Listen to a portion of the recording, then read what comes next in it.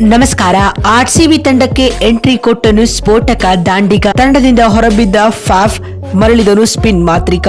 ಹಾಗಾದರೆ ಸುದ್ದಿಯ ಸಂಪೂರ್ಣ ಮಾಹಿತಿ ಏನು ಎಂಬುದನ್ನ ಈ ವಿಡಿಯೋದಲ್ಲಿ ತಿಳಿಸ್ಕೊಡ್ತಾ ಹೋಗ್ತೀವಿ. ಆದ್ದರಿಂದ ದಯವಿಟ್ಟು ಈ ವಿಡಿಯೋವನ್ನ ಕೊನೆವರೆಗೂ ನೋಡಿ. ಆದರೆ ಅದಕ್ಕಿಂತಲೂ ಮುನ್ನ ನೀವು ಕೂಡ ಆರ್ಸಿಬಿ ತಂಡದ ಅಭಿಮಾನಿಗಳಾಗಿ ಈ ವಿಡಿಯೋವನ್ನ ನೋಡುತ್ತಿದ್ದರೆ ತಪ್ಪದೆ ಈ ಕೂಡಲೇ ಈ ವಿಡಿಯೋಗೊಂದು ಲೈಕ್ ಮಾಡಿ. ಹೌದು ಸ್ನೇಹಿತರೆ, ಜಿದ್ದಾದಲ್ಲಿ ನಡೆಯುತ್ತಿರುವ IPL 2025ರ ಮೆಗಾ ಹರಾಜಿನ 2ನೇ ದಿನದಂದು ನಮ್ಮ ರಾಯಲ್ ಚಾಲೆಂಜರ್ಸ್ ಬೆಂಗಳೂರು ತಂಡವು ಮುಂಬೈ ಇಂಡಿಯನ್ಸ್ ತಂಡದ ಮಾಜಿ ಆಟಗಾರರಾಗಿರುವ ಟಿಮ್ ಡೇವಿಡ್ ರವರನ್ನ ಖರೀದಿ ಮಾಡಿದೆ. ಬರೋಬ್ಬರಿ 3 ಕೋಟಿ ರೂಪಾಯಿಗಳನ್ನ ಪಾವತಿ ಮಾಡಿ ನಮ್ಮ ರಾಯಲ್ ಚಾಲೆಂಜರ್ಸ್ ಬೆಂಗಳೂರು ಫ್ರಾಂಚೈಸಿಯು ಟಿಮ್ ಡೇವಿಡ್ ರವರನ್ನ ಬೈ ಮಾಡಿದೆ ಅಂತಾನೆ ಹೇಳಬಹುದು. ಇದಲ್ಲದೆ ಕಳೆದ ಬಾರಿಯ IPL ಅಲ್ಲಿ ಟಿಮ್ ಡೇವಿಡ್ ಗಮನಾರ್ಹ ಪ್ರದರ್ಶನವನ್ನ ನೀಡಿದ್ದಾರೆ. ಇದೀಗ 3 ಕೋಟಿ ರೂಪಾಯಿಗಳಿಗೆ ಟಿಮ್ ಡೇವಿಡ್ ತಂಡಕ್ಕೆ ಆಯ್ಕೆಯಾಗಿರುವುದು ವರ್ತ್ ಅಂತ ಅಭಿಮಾನಿಗಳು ಹೇಳುತ್ತಿದ್ದಾರೆ ಸ್ನೇಹಿತರೆ. ಇದಲ್ಲದೆ ಕಳೆದ 3 ವರ್ಷಗಳ ಕಾಲ ಆರ್ಸಿಬಿ ತಂಡದ ನಾಯಕರಾಗಿದ್ದ ಫಾಫ್ ಡು ಪ್ಲೆಸಿಸ್ ರವರನ್ನ ಆರ್ಸಿಬಿ ಇಲ್ಲಿ ಖರೀದಿಸಿಲ್ಲ. ಈ ಆಟಗಾರನನ್ನ ಆರ್ಸಿಬಿ ಬಿಡ್ ಮಾಡಿರುವುದು ದೊಡ್ಡ ವಿಷಯ.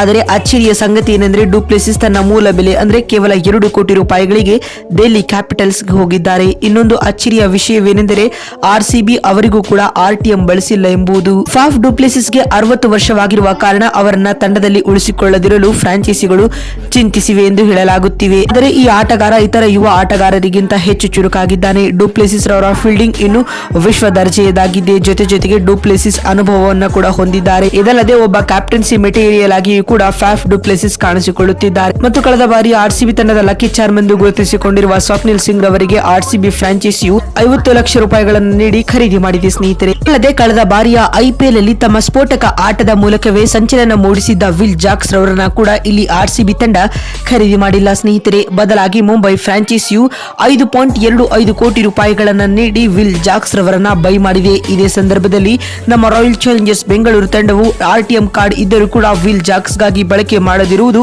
ಅಚ್ಚರಿ ಮೂಡಿಸಿದೆ ಅಂತಾನೆ ಹೇಳಬಹುದು. ಸ್ನೇಹಿತರೆ, ಆರ್ಸಿಬಿ ಮ್ಯಾನೇಜ್ಮೆಂಟ್ ನ ಈ ನಡೆಯೇ ಸರಿಯೋ ಅಥವಾ ತಪ್ಪು ಎನ್ನುವುದನ್ನ ಎಸ್ ಅಥವಾ ನೋ ಎಂದು ಕಾಮೆಂಟ್ ಮಾಡುವ ಮೂಲಕ ತಪ್ಪದೇ ತಿಳಿಸಿ. ಇದೇ ರೀತಿ IPL ಮೆಗಾ ಆಕ್ಷನ್ ನ ಕ್ಷಣದ ಅಪ್ಡೇಟ್ಸ್ ಗಳನ್ನ ನಿಮಗೆ ತಿಳಿಸ್ಕೊಡ್ತಾ ಹೋಗ್ತೀವಿ. ಹಾಗಾಗಿ ನಮ್ಮ ಚಾನೆಲ್ ಅನ್ನು ಸಬ್ಸ್ಕ್ರೈಬ್ ಮಾಡಿಟ್ಕೊಳ್ಳಿ ಅಂತ ಹೇಳ್ತಾ ಮತ್ತೆ ಸಿಗ್ತೀನಿ.